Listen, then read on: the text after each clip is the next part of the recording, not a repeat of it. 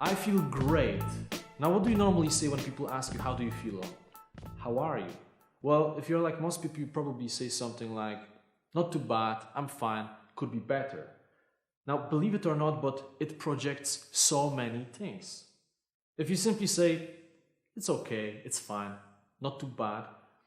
First of all, you send a signal to your brain saying that you are not doing very well, okay? It's not very motivating, not very positive, inspirational. Secondly, people have the perception that you're not the most confident person, right?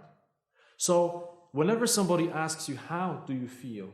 Answer that you feel great, you feel amazing, you feel brilliant. Now, what if you don't feel great? Well, still say that you feel great, unless it's your best friend and you really want to share something. And the reason is that your words impact the way you feel. Now, this video is very short, but I decided to make a separate video because so many people miss it, okay? So many people have no clue that their words impact the way they feel. And it's pure NLP. Tony Robbins and Richard Bandler talk about it a lot. If you use powerful words, you are more likely to feel great.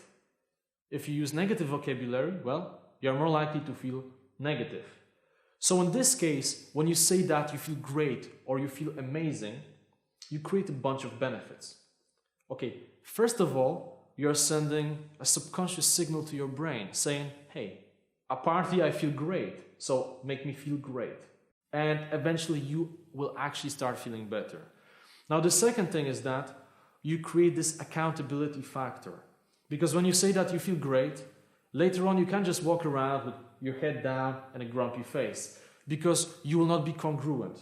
And people will see it. People will sense that you are fake. You say that you feel so amazing, and then you are walking around with your head down without any energy.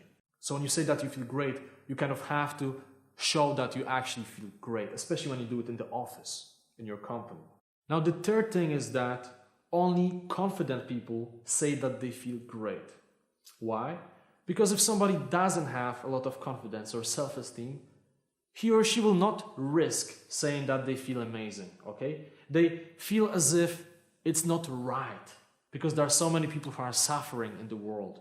So it's not right to feel good. And that's why so many people say, I'm okay, I'm fine, not too bad. But don't be one of them. Think about sick people, okay? There are two kinds of sick people. Now, the first group, whenever they are sick, they are complaining, they are whining. Oh, why am I sick again? Oh, my throat is aching. Oh, I have this headache. Oh my God, oh my God, oh my God. I'm sure you know so many people like this. And guess what happens? They stay sick for a very long time.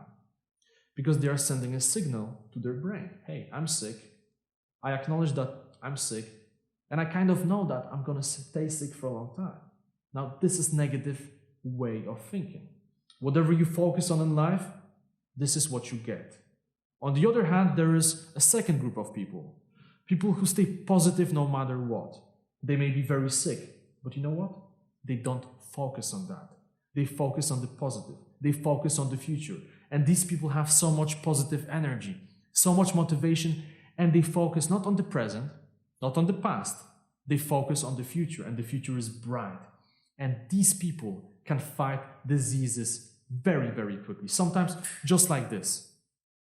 Because whatever you think in your brain and the words you use have a huge impact on the way you're gonna feel. So use this principle. It's very powerful. As I mentioned before, I made a separate video because I really believe that it's one of these small, easy things that you can implement straight away that will make a huge change in the quality of your life. So next time when somebody asks you, how do you feel?